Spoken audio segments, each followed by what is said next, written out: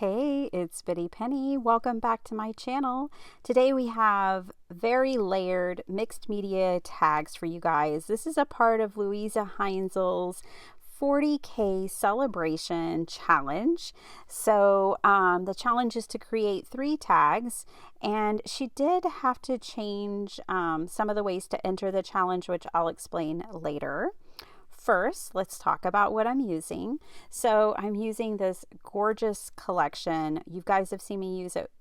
You've seen the starting of my autumn butterfly journals, which I had used this kit from Antonio Makes. This was his freebie this past Friday. I got so excited. And then these are lazy masterboards from Luise. And she talks about them in her videos, so you can watch and learn more about those there. These are the supplies I'm using. I fussy cut out my gorgeous butterflies, and I'm going to end up fussy cutting them even more.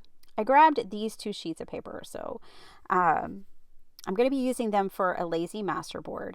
And then I'm going to use that fabric pattern paper, but I'm showing you here that you can use napkins if you don't have the fabric pattern paper. You just need to separate the layers, and then you could color this up. You could distress it, you could spray it with sprays or use watercolor, you know, whatever you want. And then with this one, I was wondering if it was a 3-ply or not, and so I had to go back to the package and look, and no, it's a 2-ply, so perfectly. Yay, it's on the package. Anyways, so I'm going to be just tearing apart this pattern paper and adding it to my paper for my lazy masterboards. Stick around to the end of this video. I do have a bunch of masterboard examples for y'all that are more traditional and not the lazy version. But I really loved her idea of having a lazy one.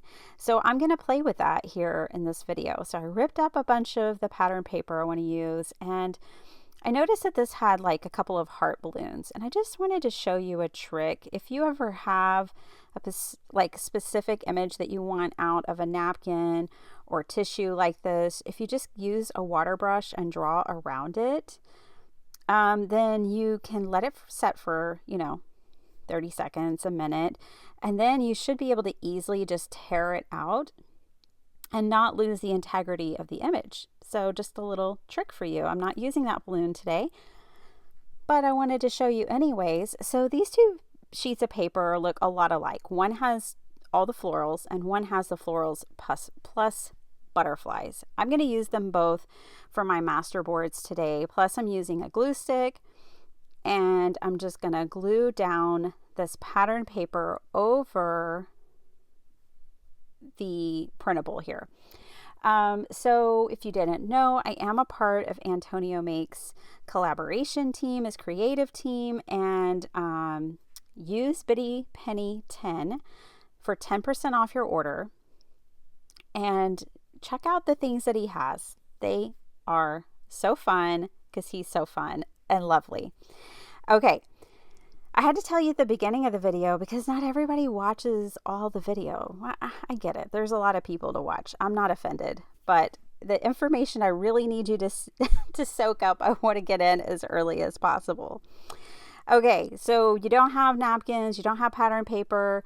Maybe you like to throw parties like me and you have some crepe paper around. Or the next time you go to the Dollar Tree or Walmart, you can pick some up because they also are pretty transparent, adding just a hint of color and lots of texture to your project. So that is another good thing to add. So I just want to give you guys ideas and options. Here it is on the butterfly paper. I mean, just gorgeous. So there's my lazy masterboards. I'm going to take these and trim off the edges. So, Antonio's European. It's beautiful. He's Italian, living in the UK for now. And so his designs aren't a full 8.5 by 11. They're an A4. I think that's what it's called. Anyways, so I'm just going to trim off the edges, and then I'm going to take this. This is going to be the backing of my tag. So I'm just going to kind of line these 2 up and cut off the excess.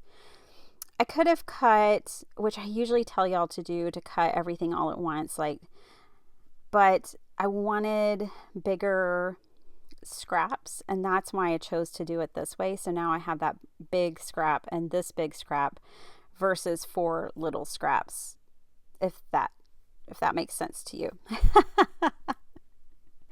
Okay, so now I have this piece of paper. I basically tried to divide it by 3. I couldn't get it exactly even, but my tags end up being 3 3/8, and that actually ends up being perfect for the design that I wanted to use, because I wanted to use my favorite stamp set, which is from Desiree Tangles. This is a wave, a tangled wave, and yeah, so I really wanted to use it. These butterfly pieces are a pretty good size. The stamp is a pretty good size. So, and I wanted big tags. I grabbed 2 sheets of the Canson XL watercolor paper.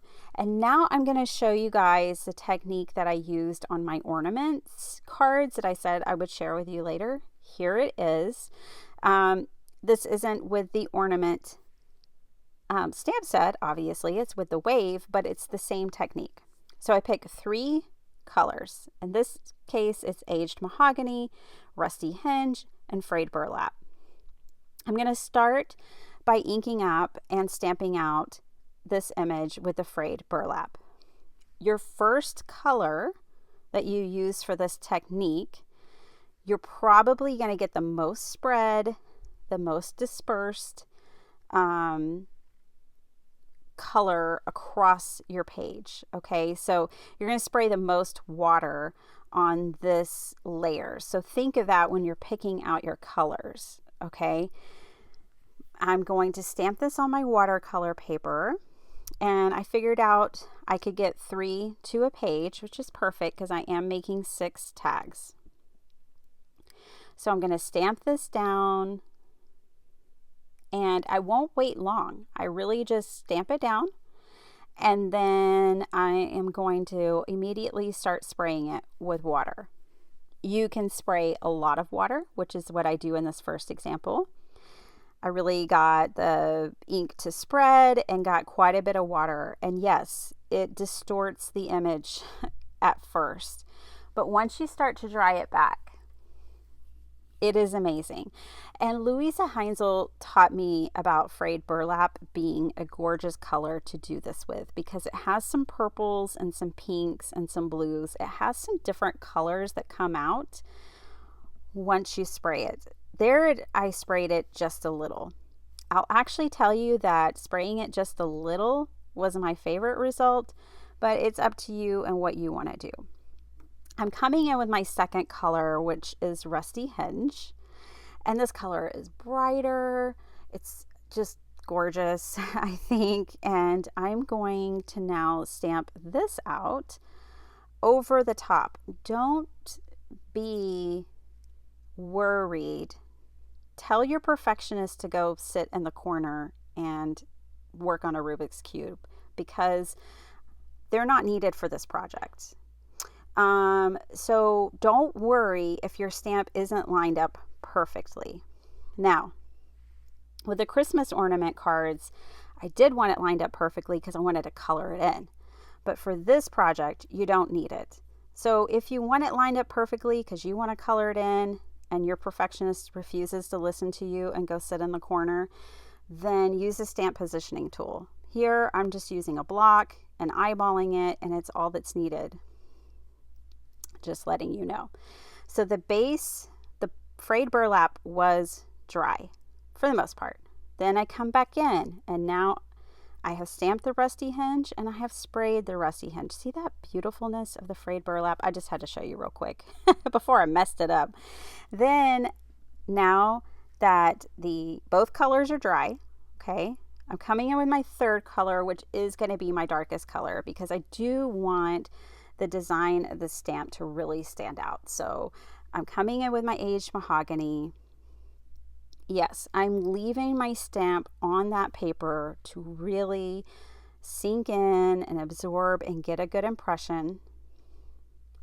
This layer, you do not spray. You have to stop yourself now. Now the perfectionist comes back and says, no, no, no, don't spray that.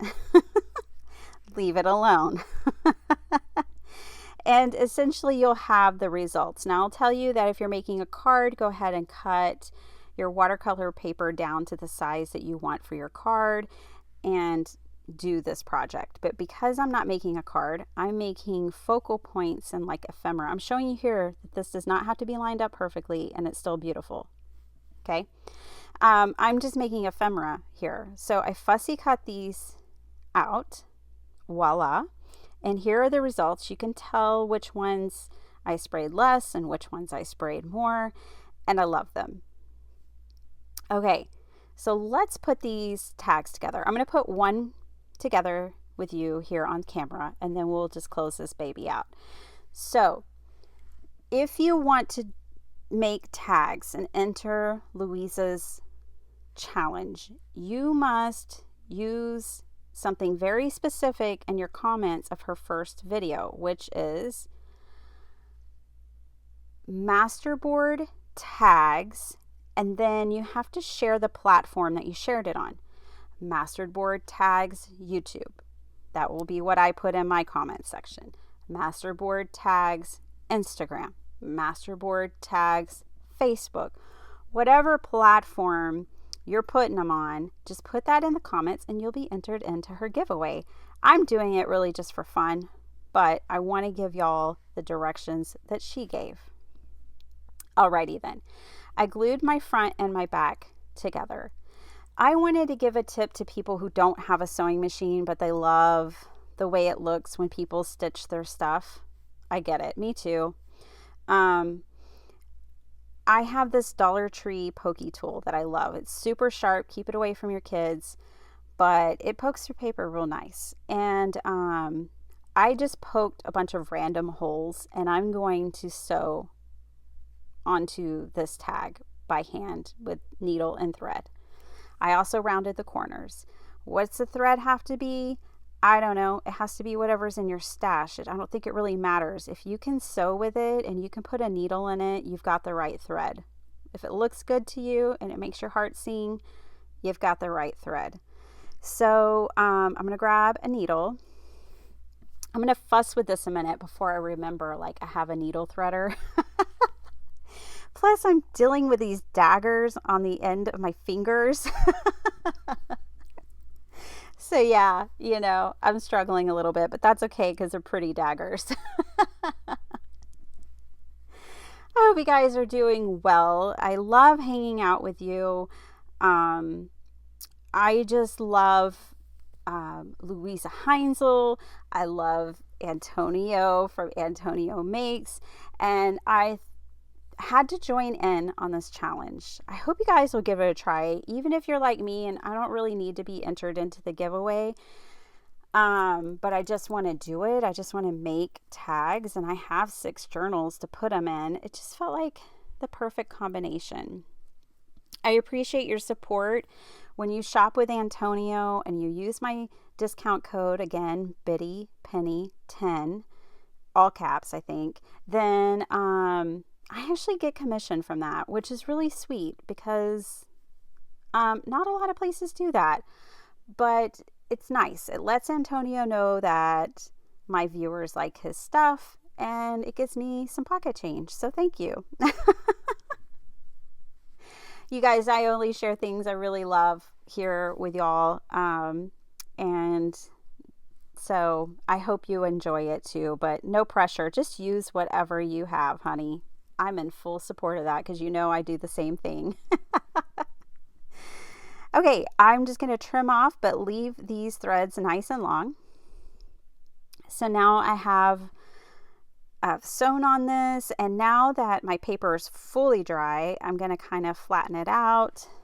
I did decide to put some foam tape on it. These are pieces from, drumroll please, the Dollar Tree. I love their foam tape. So I'm just going to put those kind of towards the center of this tangled wave and lay it down as my main focal point. Now I know we covered up most of the masterboard, but you don't have to. I had to because I had to make these look like this. Now you can tell I really fussy cut out those butterflies. So at first I fussy cut all around the butterflies and the flowers. And then I went in and cut the butterfly out. And I found that to be the best way because I wanted to keep the flowers. I wanted to use the flowers. I just wanted them separated from the butterfly because I wanted to pop the butterfly up. So that's why I chose to do that. And I really don't mind fussy cutting. So it was all good. Now, is this done? No. I want a top on this tag, and I do bring in some of this gorgeous trim. I'm going to go ahead and cut off 6 pieces because I'm making my 6 tags. And I just love these tags, you guys. I love the colors. I love the butterflies. I love the tangled wave. Just everything about them. This trim just sends it over the edge for me. It's lovely. I did use my tiny attacher on this. I think it's perfect for these because the back is a little industrial grunge to me. So here, my friends, are some more like traditional masterboards. When you take your scraps, I glue mine to 12 by 12 because I usually end up using these for journal covers. But masterboards are great for using up your scraps. You can tell in this one, I got real scrappy, little bitty pieces of paper, all kinds of stuff. So these are the more traditional ones where you're kind of collaging paper onto paper. Okay. But I do love the idea that Luise Heinzl had about using and making lazy masterboards. Okay. But these are like legit all glued down sheets of paper. You can tell it's a thing of mine. If you have a lot of scraps, it's great. If you have a lot of scrapbook paper like this, where you're not going to use that for cards or journals, you can put masterboards on the back of them, on the front of them. Here are my 6 tags, and I'm in love.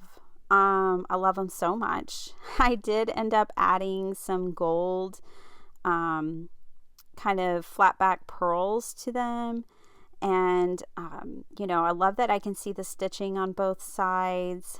The backs are pretty plain, but that's kind of perfect if I want to write on them, or I'm putting them in all the journals that I'm selling so people can journal on them. But yeah, I really love these so much. I hope you will join the challenge. Let's celebrate the accomplishments of Luise Heinzl because she is so talented. I just love her. So now I've got my autumn butterfly journal out, and I'm just kind of flipping through, thinking of places that I could put these tags, and they're going to be lovely no matter where they go. I hope you guys enjoyed this video. Thank you for spending your time with me. I love spending my time with you, and I hope you have a great day. Bye.